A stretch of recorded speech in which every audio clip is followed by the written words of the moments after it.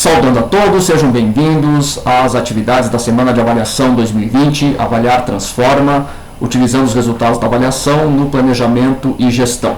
Meu nome é João Neto, professor do Instituto de Informática, membro da CPA, e hoje vamos abordar o tema, o posicionamento da URGS em diversos rankings nacionais e internacionais. Iniciando logo pelo posicionamento da URGS em diversos rankings internacionais, onde destacamos aí aqueles que são mais visualizados ou mais importantes, né, dentro da classificação aí que o comitê específico que trata dos rankings da URGS, né, adotou, que é o ranking de Xangai, o ranking do QS e o ranking do THE, que são internacionalmente conhecidos, e aqui o posicionamento da URGS com os dados atualizados em fevereiro de 2020, dentro das diversas classificações. Notando aqui o posicionamento no Brasil, né, para o THE, né, para o ranking de Xangai e para o ranking do QS. Né. Mas fica a pergunta, né, diferentes rankings, mas o posicionamento é próximo, mas não é exatamente o mesmo. Né. Por quê? Porque temos que entender também quais são os critérios utilizados na classificação de cada um dos rankings. O ranking de Xangai, ele é conhecido por ter um critério fortíssimo, né, de pesos para prêmios e distinções recebidas, né, em torno aí de 50%, né, no seu peso na avaliação. Já a publicação e a citação tem outros 40% e 10% aí é em relação aos demais critérios, ponderado aí pelo número de estudantes. Né? Então, esses são os critérios gerais aí utilizados pelo ranking de Xangai e, infelizmente, não temos nenhum prêmio Nobel, né? Então não chegaremos tão rapidamente nas primeiras posições aí do mundo todo.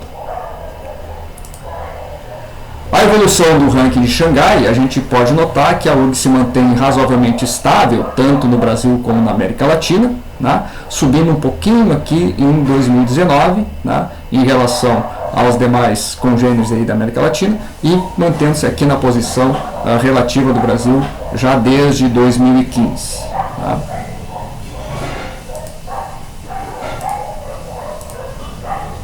Já no QS, que é outro indicador, outro ranking, né, que tem uma razoável importância, então os pesos são distribuídos em 40% para a reputação acadêmica, que significa o que as outras universidades do país e do mundo pensam da URGS, né? A reputação com o empregador mais 10%, ou seja, o que as empresas falam da qualidade dos nossos egressos quando os contratam, isso, a soma dos dois já dá 50%. Depois alguns índices que são mais fáceis de calcular localmente, que é a proporção de docentes por estudantes, né? E as citações por professor, né? Então o número de publicações aí que são citadas nacionalmente e internacionalmente. E depois temos 10% de critérios de internacionalização, que é a proporção dos estudantes internacionais e a proporção do corpo docente internacional. Aqui os estudantes internacionais vêm crescendo um pouquinho aí ao longo dos anos na URGS, e de docentes internacionais, então não temos aí um valor muito alto nas nossas métricas, né? E com isso, então, a gente tem um desempenho, né, que no Brasil se mantém aproximadamente o mesmo, mas caiu, né, bastante aí nos últimos 2 anos, 2 posições, e em relação a 2016, 2017, então, caiu bastante em 2020, né, daí da 17ª para a 36ª posição, né.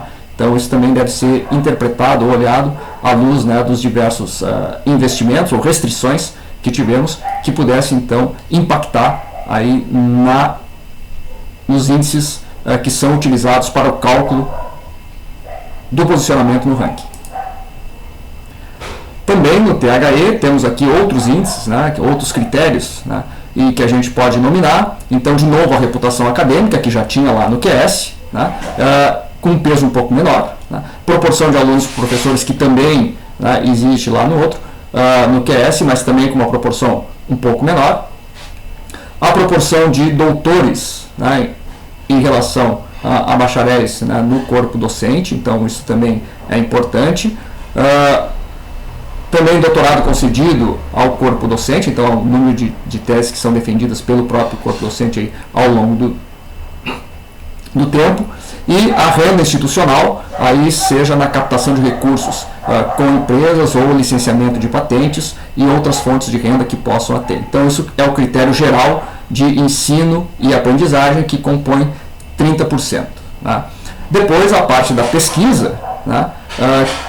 Que é a reputação da pesquisa em relação às suas publicações, a renda dos pesquisadores, e aqui sim é o número de projetos obtidos por pesquisador e também o licenciamento de patentes ou de direitos autorais, quando for o caso, né?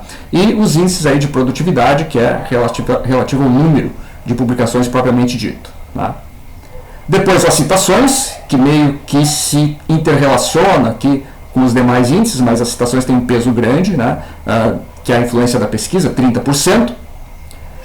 Todos os aspectos de métricas relativas à inovação e transferência de conhecimento, mais 2,5%.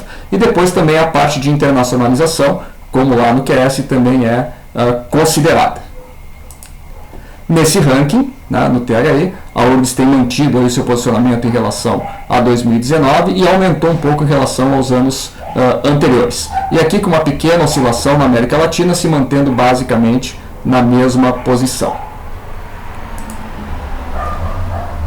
Aqui é uma tabela comparativa, que não vale a pena nos dedicarmos neste momento, mas é importante que fique para registro, os diferentes critérios e os diferentes pesos de cada um, o que explica então os diferentes posicionamentos e principalmente nos remete à reflexão. Que ranking queremos seguir, se é que queremos seguir em algum ranking, né? E o que eles significam, principalmente para a URGS, quando tem uma publicação ou quando tem uma nota específica aí, dos rankings. Né? Detalhando aqui, né, que as citações, né, é um critério que permeia todos os rankings com um valor significativamente alto aí, dentro da base de cálculo. Mas nem só de rankings internacionais vive a URGS, ou vivem as publicações de jornal, quando saem as avaliações, mas também tem um ranking, que é o ranking da Folha, né, que embora seja às vezes desconsiderado, por muitos eles têm um impacto, né, de divulgação de mídia muito grande, muito forte. Né? Então aqui também temos os critérios, 42% nos índices de pesquisa, 32% para ensino, 18% no mercado, né, em relação a o que o mercado considera da qualidade dos egressos da universidade, o fator de inovação e, como sempre, a internacionalização. Né? No ranking da Folha, então aí tem uma pequena queda a partir de 2015, se mantém estável como quinto aí, no Brasil, sendo que no Rio Grande do Sul a URGS se mantém sempre em primeiro aí no ranking da Folha. E o que faz esse índice aqui não ser tão alto no Brasil é a empregabilidade, aí, principalmente no centro do país, né, muitas empresas não desconhecem, mas vamos dizer assim, tem uma relação muito mais forte com outras universidades do centro do país do que com a própria URGS.